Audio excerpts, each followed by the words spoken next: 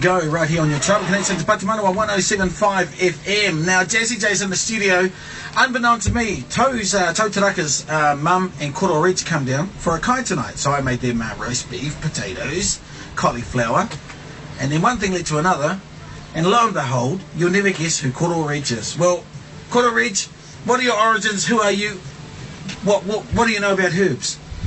Kia ora, ko tainui te waka, tauki te maanga te awa waikato, ko mangatangi te marae, ko red moan te whare tapuingo.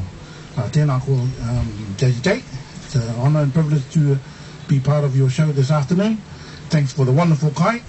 Ko ki te puku. Oh, hey, tēnā reka, bro. It's tēnā reka. No, hey, thank you. Without you coming here, I wouldn't even make that. We would have just had noodles.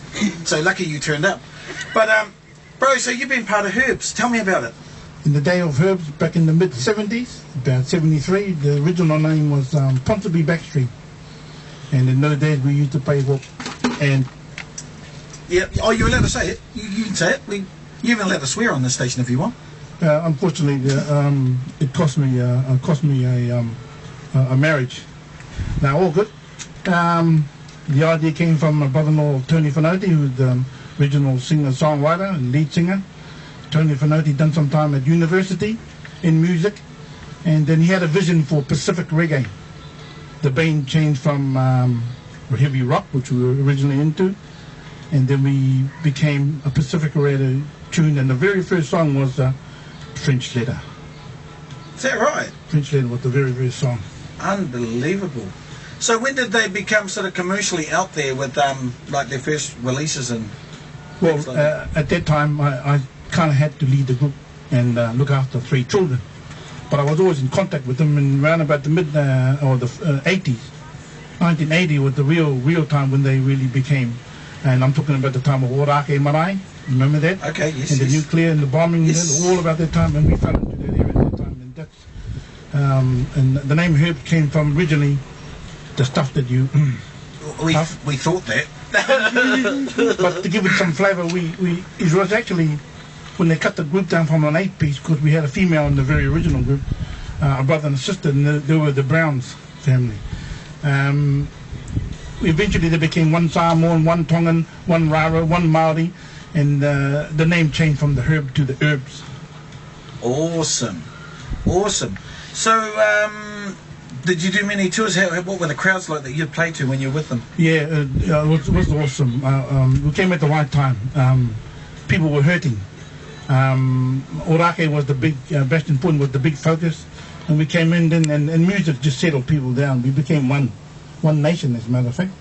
Oh, that's right. Well, I'll tell you what, my father, Herbs was one of the groups that I grew up with, as well as Adija. And after Herbs, there was sort of nothing until sort of Catch a Fire came along, you see, and that's why all these reggae groups that are out now, I believe that Herbs are the fundamental building blocks of what their reggae has sort of evolved from when you guys were doing your thing way back in the mid-70s and 80s. And it's, it's awesome. It's awesome to have Aotearoa reggae alive.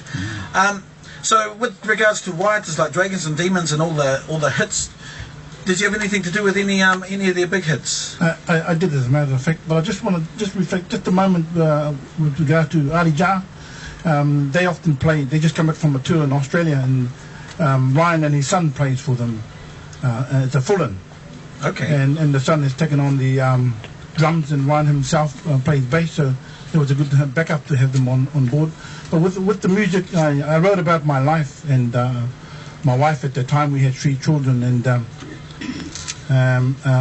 the song "Listen" was originally called "Honey," and the brothers sort of wanted to make money out of it, and so they changed it to "Listen" because it did get people listening. But you listen to the lyrics, and it was about my relationship with a particular woman and how we lived and how things were at that time. And there was a lot of young men and young families in my time and era.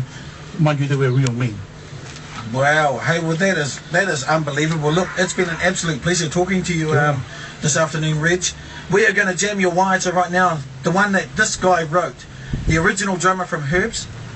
Koro Reg, kia ora, my brother. Thank you for coming and thank you for your kōrero. Oh, kia ora, bro. Massive.